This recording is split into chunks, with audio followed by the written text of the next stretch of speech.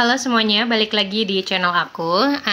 Sambil menunggu gajian nanti, aku mau buat dulu nih untuk rencana anggaran yang biasa aku kelola untuk keuangan rumah tangga keluargaku selama 1 bulan ya.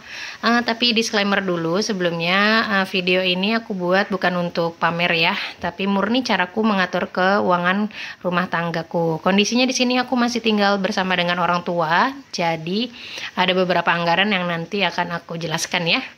Lanjut kita ke pos yang pertama. Ya, di sini ada pos kewajiban. Di sini berisi tagihan dan hal-hal yang rutin pertama kali aku bayarkan setelah aku terima gaji dari suamiku ya. Yang pertama, ini ada operasional untuk rumah sekian rupiah, dan ini dia aku biasa kasih ke orang tuaku untuk anggaran untuk dapur, listrik, dan juga wifi serta galon dan air. Itu kenapa aku nggak pernah masukin ke video budgeting aku yang mingguan ya, karena sudah aku kasih duluan setelah gajian ke ibuku untuk dikelola. Lalu yang kedua, seperti biasa, ini anggaran wajib juga, yaitu ada SPP atau uang sekolah dan uang iuran komite sekolah untuk anakku setiap bulannya sebesar 265.000. Itu juga langsung aku bayarkan setiap aku terima gaji. Ini juga untuk eskul sekalian aku bayarkan untuk 1 bulan. Anakku itu membayar untuk kegiatan eskulnya itu 85.000. Lalu juga ini anggaran yang paling wajib, zakat penghasilan. Untuk tiap bulannya selalu aku sisihkan. Biasanya ini adalah hal pertama sih yang aku lakukan, yaitu transfer untuk zakat penghasilan setelah mendapat gaji gitu ya dari pas suami. Nah ini dia untuk abodemen yang bertanya kenapa aku nggak ada anggaran pulsa. Untuk aku sendiri itu aku pakainya abodemen ya. Jadi setiap bulan itu aku bayar sebesar 130.000. Ini sih untuk maksimum ya. Biasanya sih di bawah ini. Minimal tuh aku bayar 110 atau 115.000 gitulah. Oke, lalu ada anggaran servis ini sebesar 100.000 dan anggaran untuk pajak mobil sebesar 300.000 rupiah. Kebetulan memang aku hanya punya 1 kendaraan, jadi untuk tiap bulannya aku hanya menyisihkan untuk pajak mobil.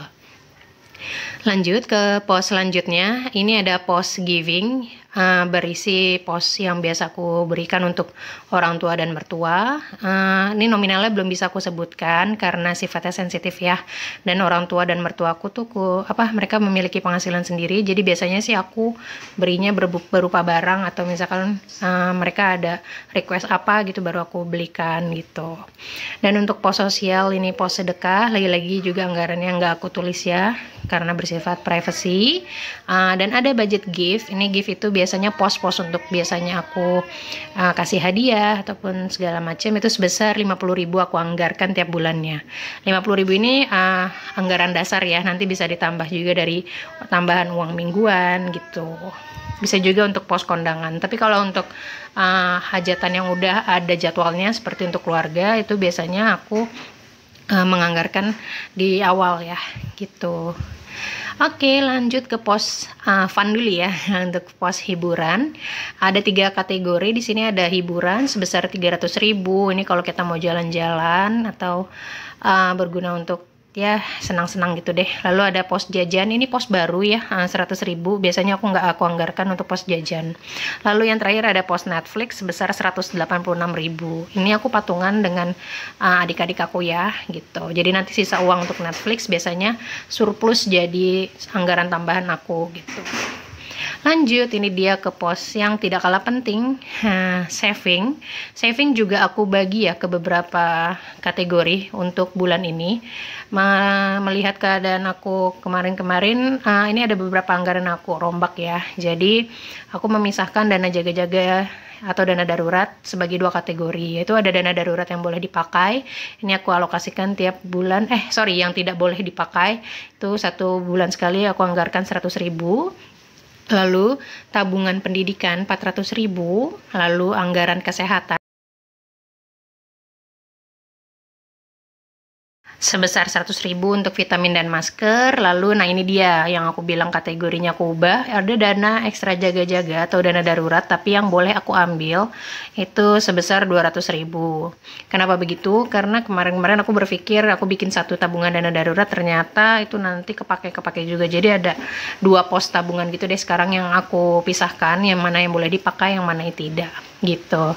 Lalu aku juga menyisihkan untuk kategori sinking fund, pensiun, untuk emas, dan juga untuk kurban. Pertama di pensiun itu 15.000 aku sisihkan, untuk emas 10.000, dan untuk kurban 25.000 gitu. Jadi emang prioritas aku sebenarnya masih di dana pendidikan dan dana darurat ya. Jadi untuk sinking fund ini kalau lagi ada dananya aku isi, kalau enggak ya udah gitu. Dan kalaupun ada sinking fund aku cuma prioritasin yang 3 itu dulu ya, untuk pensiun, investasi, dan kurban. Oke, kita langsung masuk ke pos kebutuhan hidup. Ini adalah pos yang bisa aku otak-atik setiap bulannya. Jadi anggarannya itu bisa kita adjust ya, bisa kita naikkan, bisa kita turunkan. Nah ini dia untuk anggaran uang mingguan yang biasa kalian nonton di setiap minggu aku bikin budgeting, itu kan ada kantong uang mingguan. Nah ini dia, setiap bulan aku menganggarkan uang mingguan sebesar 450.000. Ini tuh lebih ke uang pegangan gitu ya, jadi tiap minggunya. Dan ada untuk kebutuhan groceries, 1 bulan itu aku budgetkan 200.000. Lalu nanti biasanya aku bagi sebagai menjadi 4 minggu atau 3 minggu gitulah, tergantung kebutuhan. Lalu yang ketiga, aku ada pos susu UHT untuk anak aku. Selama 1 bulan aku beli biasanya 2 kardus itu 300.000. Lalu untuk popok, karena anakku udah copot popok untuk tidur siangnya, jadi cuma untuk tidur malam. Ini jadi aku anggarkan 1 bulan itu 50.000. Nanti pas umur dia mulai besar lagi, aku akan stop dia pakai popok, dan nanti anggaran popok tentu bisa jadi surplus untuk anggaran lainnya. Jadi bertahap aja gitu. Oke, lanjut ke pos selanjutnya. Ini kebutuhan anak 150.000 per bulan, tapi itu nanti akan aku bagi lagi menjadi 2, yaitu ada pos untuk jajan dan untuk kebutuhan sekolahnya. Untuk jajan biasanya yang kalian lihat di video budgeting aku itu loh, yang setiap minggu 10.000 per minggu, itu uang jajannya dia.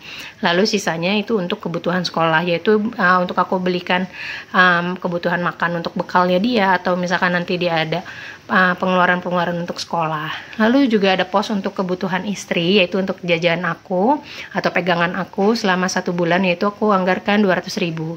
Dan juga ada dana tak terduga untuk 100.000 1 bulannya untuk mengcover dana-dana yang gak ada di anggaran gitu. Oke, itu dia untuk kebutuhan aku selama 1 bulan.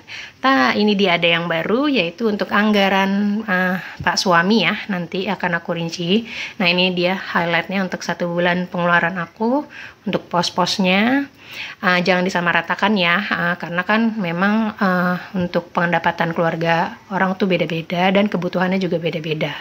Nah, ini dia untuk yang selalu bertanya apakah suaminya uangnya ada lagi apa gimana gitu ya. Nah, ini mulai bulan ini suamiku minta diatur lagi nih gitu. Jadi akan aku pisahkan sebagai 3 kategori sih ya untuk pegangan suami itu. Jadi yang pertama ada bensin mobil. Jadi memang kami cuma punya ada 1 kendaraan, itu 1 mobil aja. Jadi suamiku setiap hari tuh naik mobil untuk ke kantornya. Jadi aku anggarkan sebesar 1.300.000. Memang cukup besar ya untuk anggaran bensin, cuma untuk sebulan insya Allah ini cukup. Lalu untuk anggaran pulsanya selama 1 bulan 100.000. Sorry ya, ada suara anak aku lagi joget-joget ya.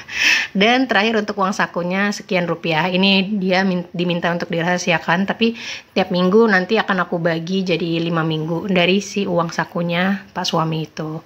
Ini untuk kondisi keadaan rumahku ya, 2 orang dewasa untuk 1 balita. Ini untuk anggaran kita bertiga gitu ya. Dan kondisinya kita bertiga masih tinggal bersama dengan orang tuaku, dengan adik-adikku gitu. Jadi ini dia untuk anggaran yang bisa aku rincikan tiap bulannya. Tapi mohon maaf aku belum bisa spill untuk nominalnya ya, karena suamiku minta untuk dirahasiakan. Tapi ini kurang lebih seperti ini gambarannya.